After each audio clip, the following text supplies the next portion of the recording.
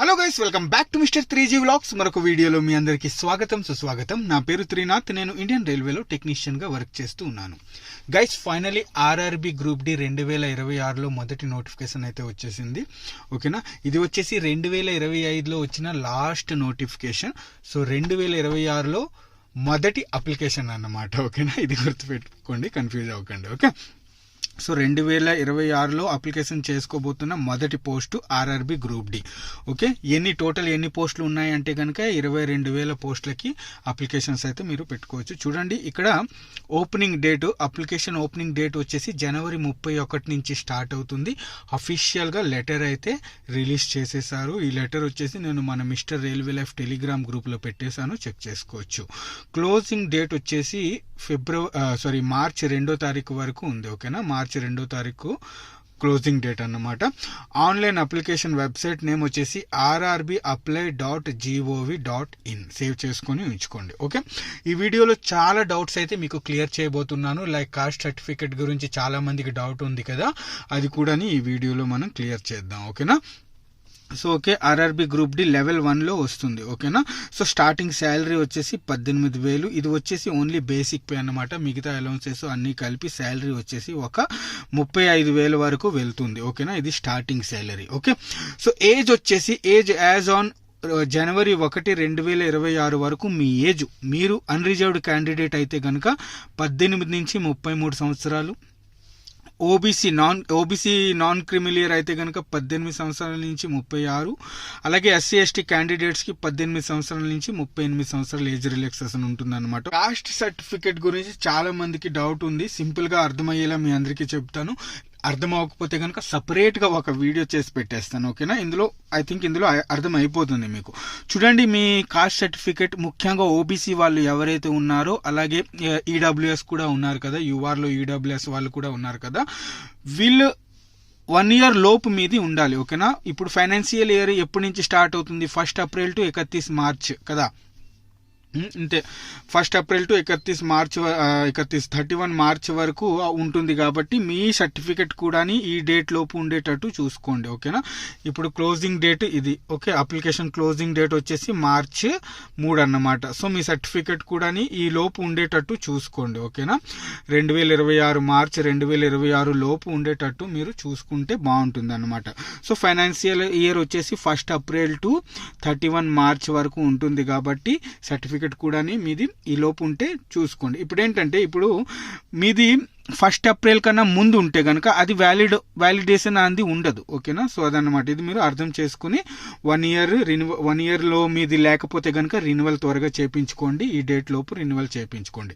Okay, ఇంకొక doubt ఏంటంటే central format లో ఉండేటట్టు చూసుకోండి. ముఖ్యంగా ఓబీసీ ఎన్సీఎల్ ఎవరైతే ఉన్నారో మీ సర్టిఫికేట్ సెంట్రల్ ఫార్మాట్ లో ఉందో లేదో చూడండి. హెడ్డింగ్ ఉంటుంది అన్నమాట, పైన సర్టిఫికేట్ మీద హెడ్డింగ్ ఉంటుంది ఫర్ సెంట్రల్ మీకు చూపిస్తానులేండి ఆ ఫార్మాట్ అనేది. ఓకేనా, ఆ తర్వాత బ్రాకెట్ లో కింద మెన్షన్ చేసి ఉంటుంది do not belongs to creamy layer అని ఒక బ్రాకెట్ లో చిన్న లైన్ కూడా మెన్షన్ ఉంటుంది అనమాట. Do not belongs to creamy layer అని ఉంటుంది. సో వాళ్ళు మాత్రమే ఎన్సీఎల్ సర్టిఫికెట్ కిందకే వస్తారన్నమాట. ఓకేనా, వాళ్ళకి మాత్రమే ఏజ్ రిలాక్సేషన్ అలాగే కమ్యూనిటీ కేటగిరీ రిజర్వేషన్ అనేది ఉంటుంది. ఇది మీరు గుర్తుపెట్టుకోవాలి. ఓకేనా, ఇంకొక డౌట్ ఏంటంటే డిజిటల్ ఆర్ ఆఫ్లైన్ రెండు కూడా నడుస్తాయి. బట్ ఇప్పుడు అంతా డిజిటల్ అయిపోయింది కాబట్టి ఆన్లైన్లో ఎవరైతే ఓబీసీ సర్టిఫికేట్ చేయించుకున్నారో అందరిది వ్యాలిడ్ ఉంటుంది. ఓకేనా, సో ఇదన్నమాట.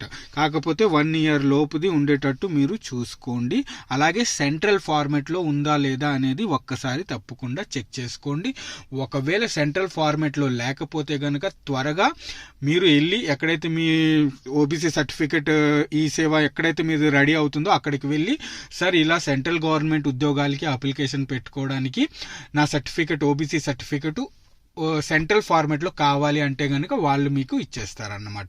లేదా వాళ్ళు చెక్ చేస్తారు మీ సర్టిఫికెట్ సెంట్రల్ లో ఉందా లేదా అనేది కూడా చెక్ చేసి చెప్పేస్తారు, ఇంకెవరికైనా డౌట్ ఉంటే. ఓకేనా, సో ఇది ఓకే.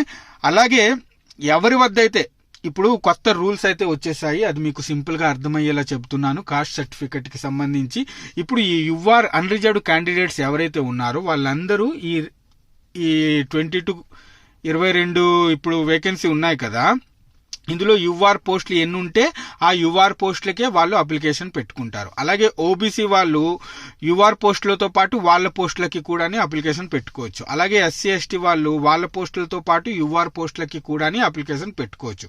కాకపోతే చిన్న కండిషన్ ఉంది. అదేంటి అంటే ఇప్పుడు మీరు ఓబీసీలో వస్తున్నారు, ఓకేనా, మీరు యుఆర్ కట్ ఆఫ్ క్లియర్ చేశారు, ఓకే, మీరు యుఆర్ క్లియర్ కట్ ఆఫ్ చేశారు, బట్ మీ వద్ద ఓబీసీ సర్టిఫికెట్ లేదు. అలాంటప్పుడు కూడా మీకు మీ రిజెక్షన్ ఫామ్ అప్లికేషన్ రిజెక్షన్ అయ్యే ఛాన్సెస్ ఇక్కడ ఉన్నాయన్నమాట. అలాగే ఎవరైతే ఓబీసీలో పెట్టుకుంటున్నారో ఓబీసీలోనే పెట్టుకోండి, ఎస్సీ ఎస్టీ సర్టిఫికేట్ ఉంటే ఎస్సీ ఎస్టీలోనే పెట్టుకోండి, అలాగే ఎస్టీ సర్టిఫికేట్ ఉంటే ఎస్టీలోనే పెట్టుకోండి, ఓకేనా. ఈ సర్టిఫికేట్ మీ వద్ద లేకుండా మీరు అప్లికేషన్ యుఆర్ అని ఓబీసీ అని ఎస్సీ ఎస్టీ అని పెట్టుకుంటే కనుక మీ ఫామ్ అప్పుడే రిజెక్ట్ అయిపోతుంది. ఇది గుర్తుపెట్టుకోవాలి, ఓకేనా. సో మీ వద్ద సర్టిఫికేట్ ఉంటేనే ఆ కేటగిరీలో పెట్టుకోండి, లేదా సర్టిఫికేట్ లేకపోతే కనుక సింపుల్గా యుఆర్లో అప్లికేషన్ పెట్టుకోండి. ఎలాంటి ప్రాబ్లము ఉండదు, ఎలాంటి టెన్షన్ ఉండదు, ఓకేనా. బట్ మీ వద్ద సర్టిఫికెట్ ఉంటే కనుక మీ కమ్యూనిటీలోనే మీ కేటగిరీలోనే అప్లికేషన్ పెట్టుకోవాలి. ఇంకో విషయం ఇక్కడ ఏంటంటే ఒక క్యాండిడేట్ ఎస్టీ క్యాండిడేట్ ఉన్నారు అనుకుందాం, ఓకేనా. అతను ఏంటంటే యుఆర్లో ఒక జాబ్ కొట్టారు అనుకుందాం, ఓకేనా. ఇప్పుడు ఏంటంటే ఎస్సీ సర్టిఫికెట్ లేదండి అతని దగ్గర, ఓకేనా. బట్ అతను యుఆర్ కట్ ఆఫ్ క్లియర్ చేశారు. అప్పుడు అతనికి పోస్ట్ ఇస్తారా అంటే ఇస్తారు. కాకపోతే కొన్ని కండిషన్స్ ఏంటంటే ఏజ్ రిలాక్సేషన్ ఇవ్వరు అన్నమాట. ఇప్పుడు ఎస్సీ క్యాండిడేట్స్ కి 5 years ఏజ్ రిలాక్సేషన్ ఉంటుంది కదా, ఆ ఏజ్ రిలాక్సేషన్ ఇవ్వరు. ఇప్పుడు ఉదాహరణకి ఎస్సీ ఎస్టీ క్యాండిడేట్ కి 38 సంవత్సరాలు కదా, 18 నుంచి 38 అండి. ఈ 38 సంవత్సరాలు ఉన్న అతను ఎస్టీ కేటగిరీలో అప్లికేషన్ పెట్టుకున్నారు అనుకుందాం, ఓకేనా. అతను యుఆర్ కట్ ఆఫ్ క్లియర్ చేశారు అనుకుందాం. ఇక్కడ ఈ ఎస్టీ క్యాండిడేట్ ఏంటంటే అతని సర్టిఫికెట్లో అంటే కమ్యూనిటీ క్యాస్ట్ సర్టిఫికెట్లో ఏదో ప్రాబ్లం వచ్చింది అనుకుందాం, ఓకేనా. కాస్ట్ సర్టిఫికెట్ లో ఏదో ప్రాబ్లం వచ్చింది అనుకుందాం. సో అతను యుఆర్ కట్ ఆఫ్ క్లియర్ చేశారు. అలాంటప్పుడు అతనికి యుఆర్ పోస్ట్ ఇవ్వాలి కదా, ఇస్తారు. కానీ ఇక్కడ ఏజ్ రిలాక్సేషన్ ఇవ్వరు అన్నమాట. ఇప్పుడు ఎస్టీ క్యాండిడేట్ అతనికి ఒక 38 సంవత్సరాలు ఉన్నాయి అనుకుందాం, ఓకేనా. 38 సంవత్సరాలు ఉన్నాయి అనుకుందాం. అతను యుఆర్ కట్ ఆఫ్ క్లియర్ చేశారు. కానీ అతని ఎస్టీ కాస్ట్ సర్టిఫికెట్ లో కొంచెం ప్రాబ్లం వచ్చింది. అది చెల్లకపోతే గనక అతనికి యుఆర్ పోస్ట్ ఇవ్వరు. ఎందుకంటే అతను 38 సంవత్సరాలు. యుఆర్ ప్రకారం అతని ఏజ్ ఎంత ఉండాలి, 18 నుంచి 33 సంవత్సరాలు ఉండాలన్నమాట. 18 నుంచి 33 సంవత్సరాలు ఉంటే అప్పుడే ఆ యుఆర్ పోస్ట్ అనేది ఒక ఎస్టీ క్యాండిడేట్ కి ఇస్తారు. క్లియర్ గా అర్థమైంది కదా. ఒకవేళ అర్థం అవ్వకపోయినా సరే సపరేట్ గా ఒక వీడియో చేస్తాను, టెన్షన్ పడకండి, ఓకేనా. So okay guys, online application date వచ్చేసి మొదలవుతుంది. గుర్తుపెట్టుకోండి అందరూ, 31st January నుంచి స్టార్ట్ అవుతుంది. వెబ్సైట్ నేమ్ వచ్చేసి rrbapply.gov.in.